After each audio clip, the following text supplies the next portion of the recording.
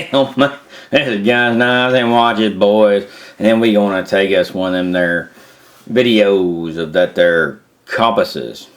And I know that the vast majority of people can't sit there and walk out 10 clicks and walk back and get within 50 feet of their objective. But that's not the point. The point is, if you're a person and you're trying to use this compass at night, how's it work?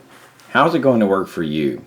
What's it actually going to deliver you for the money that you actually spend? Acknowledging the fact that most people can't do night navigation, walk out 10 clicks and walk back. What are you actually expecting out of this device? Of course, this device right here, man, that's that there, man, K&R type compass, man. LENSATIC, man. You see me? How you like me now? You can't see me. Oh, God, there I am. Woo! So we have a K&R compass that has a mirror, and then we have a few other things. Now this is the second K&R compass, and they sent me a new one because the second one just wasn't doing what it was supposed to do.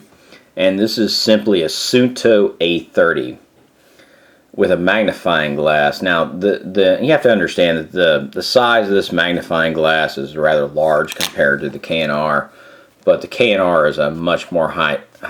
It's a much more higher dioptric value, baby. 1 diopter, man, focuses that there beam of light, man, at 1 meter, man, giving that there infinitesimal woo distance of that there lightage.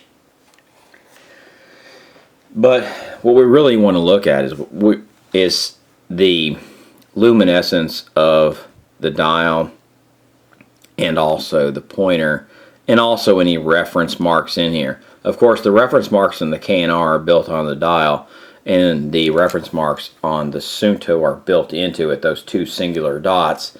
And you have another a reference mark right here. Now, if you are in a survival situation, is a LENSATIC compass necessary? I don't think so. Because all you're having to deal with is what is north, what is south, what is east, what is west. And then you also have to deal with other things like magnifying. You have to deal possibly with maps, which this compass will do. I don't know that in a survival situation, in reality, that a LENSATIC compass is what you actually have to have or what you actually need. And I'm gonna kind of like, I'm gonna illustrate, man, the need, man. And you can see I just dimmed a bunch of crap down. But what we're gonna do is we're gonna go on the second, man, the second right here now I'm here, man, and we're gonna put on the light, man. Woo! And we're going to have to understand that the K&R compass is a little more prime oriented towards the light than the Suunto. And we're going to go for about a minute. I'm going to say that I'm going to get that minute exactly correct. Probably not. And you also have to understand the Suunto, the ring here is actually under a piece of plastic which has its own refractive index and deals with light and actually compromises its ability to actually absorb light, period. Then we have a viscous oil-based solution in a polymer type encapsulation on the K&R, where we have basically a harder solution, a harder surface right here, and then a solution in there. Am I going to honestly say that one's going to do that much better than the other? Well, probably not. We're going to turn off the light and we're going to see, man. How's that there lightage workage? There we go, baby. Oh my God, there's not enough lightage to workage. On the K&R, can you tell where the indicator is? Can you tell any of that? Can you tell where it's actually reading? Now, here's the deal. Can you do that on the Suunto? Yep, I can see it right there, baby. I can see it right there, baby. The gig is, this is a $17 compass.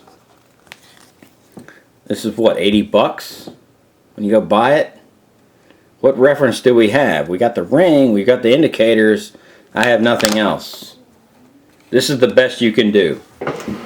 Even now, you can see that, right? We're gonna turn on the light. And this is, what, 6, 7 o'clock at night?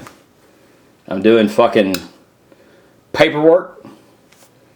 But I want you to understand the reality of the difference in, this is a $17 compass, this is probably an $80 compass. I didn't pay that, but that doesn't matter. What's the relative usefulness to you in a situation? We're gonna line them up, baby. I just move them away from each other so I ain't getting them in their magnetical type situations, man. That's something you have to think about. 17, 18 bucks, 80 bucks. German, Japanese. I really don't know what to tell you, man. You choose what you choose. But I guarantee you, I was taught on this, and I'll beat your ass with this, even if you had that. And I'll whoop that ass, boy. Woo! Kinda like it, boy. I like doing more with less.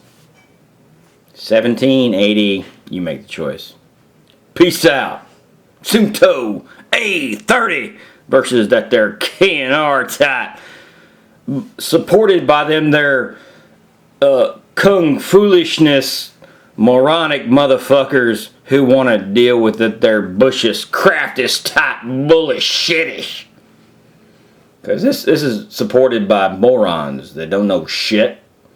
Who all they've ever done is fucking being a goddamn MP, and they might be the best shooters in the goddamn world being an MP.